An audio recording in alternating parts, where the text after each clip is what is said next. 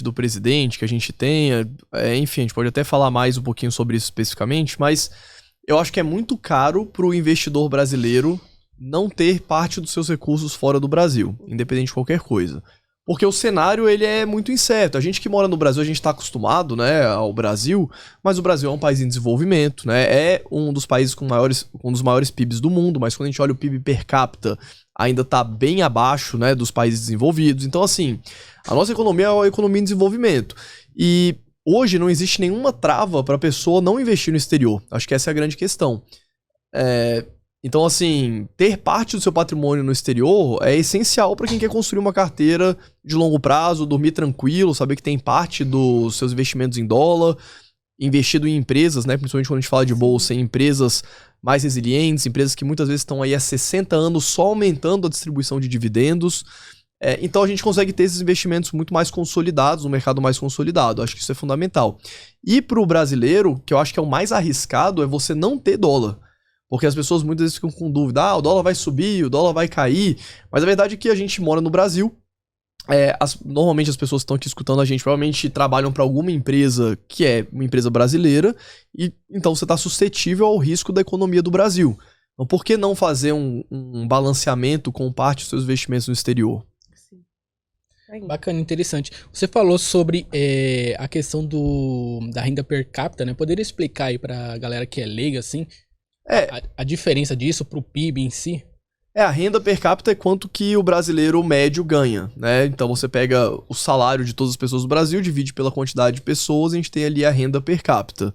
E o PIB per capita é tudo que o Brasil produz, né? O PIB é o produto interno bruto. Então, tudo que o Brasil produz dividido pelo número de habitantes. É óbvio que uma coisa está correlacionada com a outra, porque normalmente quanto mais o país produz, mais na média as pessoas vão ter renda, né? E até uma discussão assim, né, que as pessoas ficam, eu vejo assim, o pessoal batendo muita cabeça aqui no Brasil no sentido de, a gente paga imposto, o problema não é pagar imposto, o problema é que o imposto é mal investido. A grande verdade é que o Brasil é um país pobre, é um país que produz muito pouco. No geral. Então, não adianta, mesmo a gente tendo uma carga tributária relativamente pesada, então de todo o PIB brasileiro, de tudo que o Brasil produz, a gente tem 34% sendo arrecadado. Então é como se a gente trabalhasse, né, 3, 4 meses por ano só para pagar imposto. Só que quando a gente pega quanto que o governo tem de imposto por pessoa, por mês, é um valor que se eu falar vocês não acreditam, né? Se você pegar toda a arrecadação pública, e até supondo, tá? Vamos supor que o governo não gaste com nada. Não existe gasto público nenhum, não tem dívida, não tem juros de dívida, não tem nada. Se a gente pegasse, então acabasse com o governo, só que ainda existe imposto, esse imposto seria distribuído para todo mundo. Isso dá mais ou menos uns R$900, R$800 por mês. Quando você bota todas as despesas de funcionários, né, do governo, as despesas com juros da dívida, quanto que sobra para o governo investir no cidadão, dá alguma coisa perto de R$80 por mês. Caramba. Então, não tem milagre, né? Então, o Brasil precisa produzir mais, crescer mais pra gente ter uma qualidade de vida melhor. É um ponto também aí pro pessoal refletir pra ficar parando de bater cabeça, né? Se cobra mais imposto, cobra menos imposto, isso e aquilo. Só que no final do dia, a gente tem que produzir mais, né? A gente tem que ser mais eficiente. E taxar as grandes fortunas, então, resolveria ou pioraria? Com certeza pioraria, né? Porque quando você tributa patrimônio, né, você tem uma exponencial decrescente do patrimônio da pessoa. Independente da alíquota que você bote, né? Então, assim, acaba que as empresas iriam sair, as pessoas que têm patrimônio iriam sair, dá algum jeito de fazer isso, né? Sim, com certeza. E para um holder, o que muda com o Lula na presidência? Já que você falou assim, taca-lhe pau, vamos tacar-lhe pau. Tá. Olha, assim, eu acho que de uma forma geral, eu não tenho nada contra o Lula em si, né? Enfim, mas as políticas as ideias que regem um governo de esquerda como o do Lula são ideias que normalmente convencem de uma forma muito fácil, muito simplista a maioria das pessoas. Eu mesmo já fui de esquerda, eu lembro quando eu era mais novo, eu votei na Luciana Genro, pra ter ideia, do PSOL. Só que qual que é o grande problema, né? As pessoas acham que a direita defende o empresário e a esquerda defende os mais pobres, né? Existe esse conceito. Tá, vou tirar de quem tem dinheiro pra dar pra quem tem menos dinheiro. Só que, na verdade, a ideia por trás da esquerda é você ter um governo pesado, inflado, e o governo, ele... falando assim, numericamente, o governo ele é menos eficiente em alocar os recursos. Então, o que a direita prega? A direita prega que deixa o mercado ser livre para as pessoas se contratarem, se demitirem, consumirem ou não, o que elas quiserem consumir ou não, e o mercado vai se ajustando de uma forma mais fácil, uma forma mais eficiente de alocar recursos do que eu pegar o seu dinheiro através de imposto e decidir que você tem que ter, a escola pro seu filho tem que ser assim, aí vai ser uma escola pública, ou eu pegar o seu dinheiro e devolver através de um hospital, que às vezes você nem precisa do hospital, você teria outras prioridades, se fosse perguntar pra você, por exemplo, pode ser. Tem uma frase muito boa do Chesterton que ele fala o seguinte: não tem nada que o governo possa te dar que ele não tenha tirado de você antes. Né? Então acho que é importante as pessoas entenderem esse conceito, que o dinheiro público não é um dinheiro que vem do nada.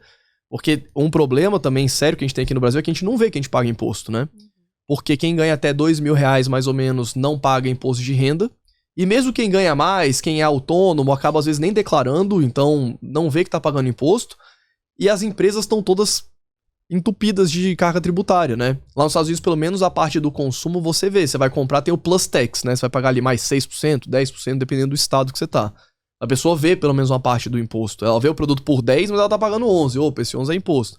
Aqui no Brasil a gente não vê isso. Então acho que as pessoas nem têm essa percepção do quanto de imposto que elas estão pagando. Sim. Porque se você bota imposto na empresa, o que a empresa faz? Ela vai ter que subir o preço do seu produto para conseguir remunerar e manter as suas operações, remunerar os acionistas, os credores que emprestaram dinheiro para ela, os funcionários.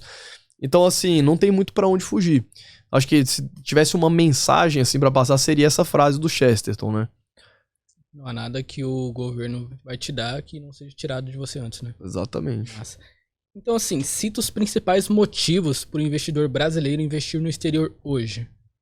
Cara, tem alguns motivos, né? O primeiro é esse que eu falei.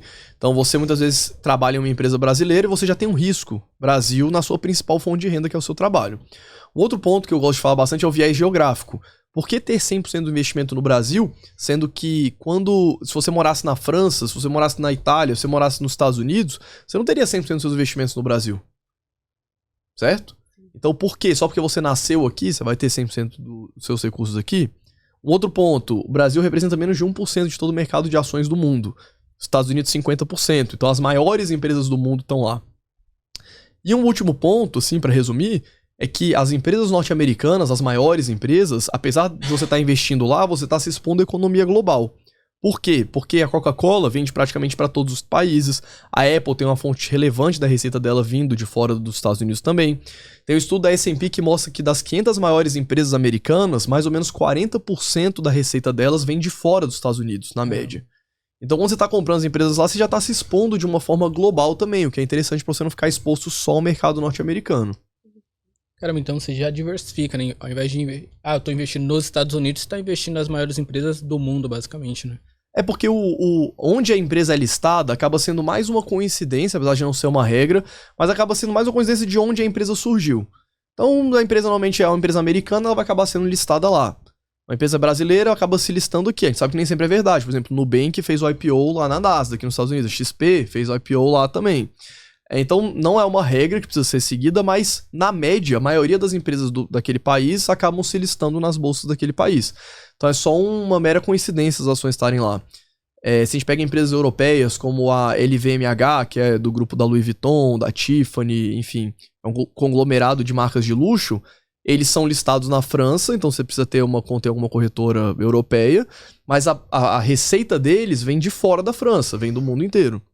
Então o fato de estar lá é só uma mera coincidência, porque a empresa surgiu lá e acabou sendo listada lá. Aí, por exemplo, você pode pegar aqui no Brasil, por exemplo, é porque o que importa no final do dia é de onde vem a receita da empresa. Então, por exemplo, se você tem uma empresa como a VEG aqui no Brasil, ela tem 50% da receita dela vindo de fora do Brasil. Então é uma empresa que te dá essa diversificação de alguma forma. Só que o seu investimento continua na jurisdição brasileira. Um ponto que é importante também é ter patrimônio em outra jurisdição, né? Principalmente a jurisdição norte-americana, que, enfim, que protege bastante o investidor legalmente falando. Então tem esses pontos. Interessante. O Banco Central Independente, qual é a importância disso e por que os juros estão altos com inflação abaixo de 6% no acumulado de 12 meses? Boa pergunta. Vamos lá, o Banco Central ele funciona mais ou menos como